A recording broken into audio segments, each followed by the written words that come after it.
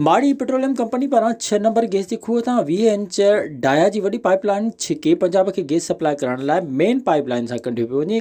ॼाणायल pipeline ख़ानगी माण्हुनि जी ज़मीन सां गॾु इरिगेशन जी ज़मीन मां बि गुज़ारी पियो वञे, जंहिंजो कुझु ख़ानगी माण्हुनि खे 12 सालनि जी लीज़ जो मुआवज़ो फी पैसो 3 लख रुपया ॾिनो वियो। उन खां सवाइ ख़ासि माण्हुनि जी ज़मीन में बाग़ ऐं इमारतूं ॼाणाए कूड़ा कागज़ ठाराए 10 खां 20 लख रुपया फी पैसे ॾियण जा बि इंकशाफ थिया आहिनि। इन सां गॾोगॾु माड़ी पेट्रोलियम कंपनी पारां ग़रीब ऐं अबोझ माण्हुनि खे ज़ाती तालुकातनि जी बुनियाद ते गैर मुतालिक थाणनि जे पुलिस ऐं ख़ानगी हथियारनि मार्फत हिरासां करे मुख़्तसिर लीज़ मुआवज़ो ॾेई ज़बरदस्ती क़बूल ज़मीन मां पाइपलाइन गुज़ारी पई वञे। अहिड़े अमल ख़िलाफ़ आबादगार, खातेदार ऐं हारियुनि पारां सख़्त एहतिजाज पिणु जारी आहे। ॿिए तरफ़ ॼाणायल गुज़रंदड़ पाइपलाइन वारे इरिगेशन जी ज़मीन तां लखनि रुपयनि जा क़ीमती टारी ऐं बबुर जा वण पिणु वढिया विया आहिनि। इन सिलसिले में राब्तो करण ते माड़ी पेट्रोलियम जे नुमाइंदे शहाबुद्दीन जलवाणी अवामी आवाज़ टीवी खे ॿुधायो त हू तमामु जल्द पेमेंट वारो लेटर अवामी आवाज़ खे फ़राहम कंदा। विज़िट कयो अवामी आवाज़ मीडिया ग्रुप जी वेबसाइट awamiawaz.pk